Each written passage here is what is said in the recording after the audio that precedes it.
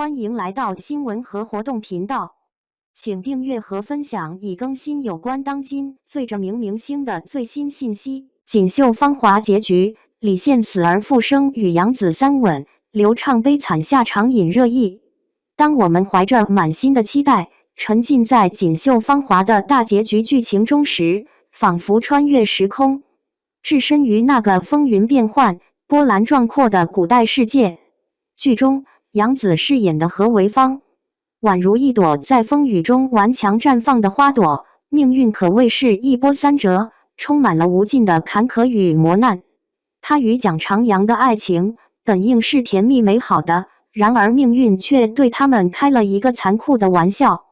她先是亲眼目睹丈夫蒋长阳李现世惨死眼前，那一刻，她的世界仿佛瞬间崩塌。所有的美好都在这一刻化为乌有，他的眼神中充满了绝望和无助，整个人陷入了无尽的崩溃之中，情绪低落到了极点，仿佛被黑暗彻底吞噬。然而，命运似乎并没有打算放过这个可怜的女子，紧接着，她又被渣男前夫刘畅为折明示囚禁。在囚禁的日子里，她受尽了折磨和屈辱，每一分每一秒都如同身处地狱一般痛苦不堪。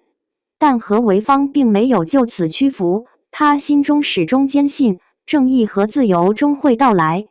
刘畅的妻子吉安县主张雅亲氏虽然心中恨何为芳受丈夫深爱，但她也认定何为芳因为蒋长阳的死已经毁了，出于一丝怜悯和复杂的心情，她偷偷放走了何为芳。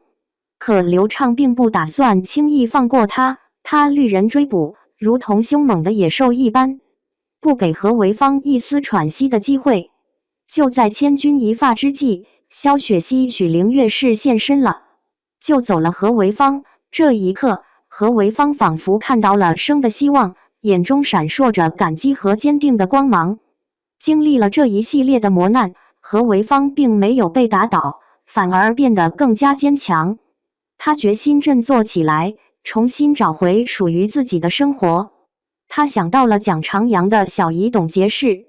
小姨是一个善良而又智慧的女子，她被何为芳的坚韧和勇气所打动，决定帮助他。在小姨的帮助下，何为芳借用了对方的船只出海经商。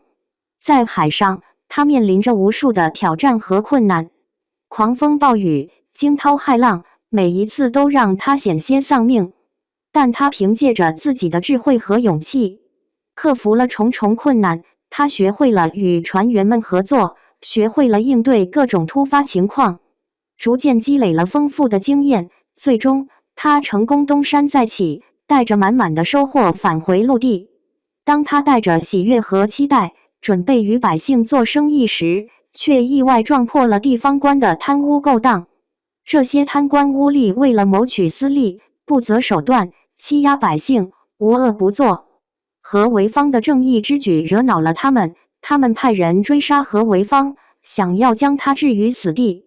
何为芳再次陷入了危险的境地，他拼命地逃跑，身后是穷追不舍的杀手。就在他命悬一线之际，奇迹发生了，蒋长阳竟然死而复生，惊喜现身，将他从危险中抢救了出来。这一幕让无数观众为之泪目。原来宁王涂松岩是为了从蒋长阳嘴里逼出站对皇帝的官员名单，精心策划了一场阴谋。他故意让蒋长阳看起来像被刺穿心脏，实则只是重伤。蒋长阳在经历了酷刑之后，身体和心灵都遭受了巨大的痛苦，但他依然凭借着坚定的意志守住了秘密，没有向宁王屈服。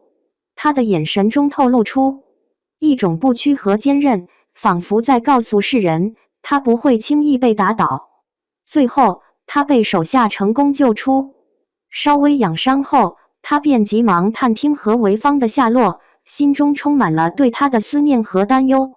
当他终于与何为芳会合时，两人紧紧相拥，仿佛时间都停止了。两人的重逢充满了感动与甜蜜，他们3度激吻的场景更是甜翻了全网。成为了观众们热议的焦点。第一场激吻是在何为芳在岸边祭拜蒋长阳时，他静静地站在那里，眼神中充满了哀伤和思念，手中捧着鲜花，仿佛在与蒋长阳进行一场心灵的对话。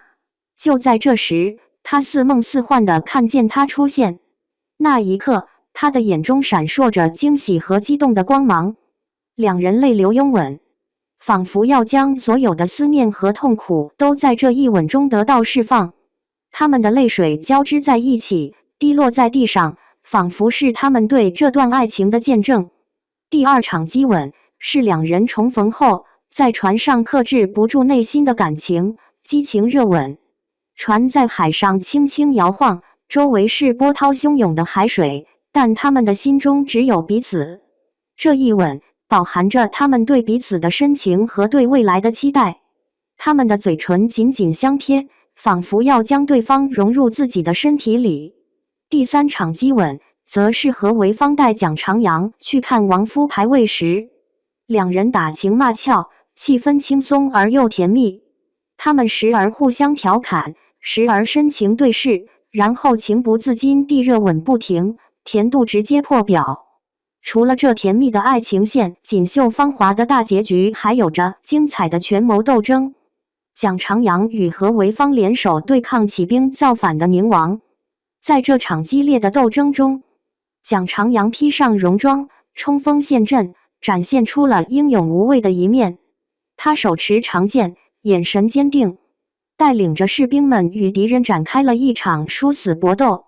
他的身影在战场上穿梭，如同一只勇猛的雄狮，让敌人闻风丧胆。而何为芳则与工作伙伴努力筹措军饷，为前线提供有力的支持。他四处奔走，与商人们谈判，争取更多的资金和物资。他的智慧和谋略在这场斗争中发挥了重要的作用，为蒋长阳的军队提供了坚实的后勤保障。在这场权谋斗争中，刘畅的角色也十分复杂。他原本是一个自私自利、贪图权势的人，但在经历了种种事情后，他的内心也发生了一些变化。最终，他背叛了岳父宁王，向蒋长阳率领的军队投降。刘畅自首后，与吉安县主沦为平民。两人本来打算好好生活，重新开始。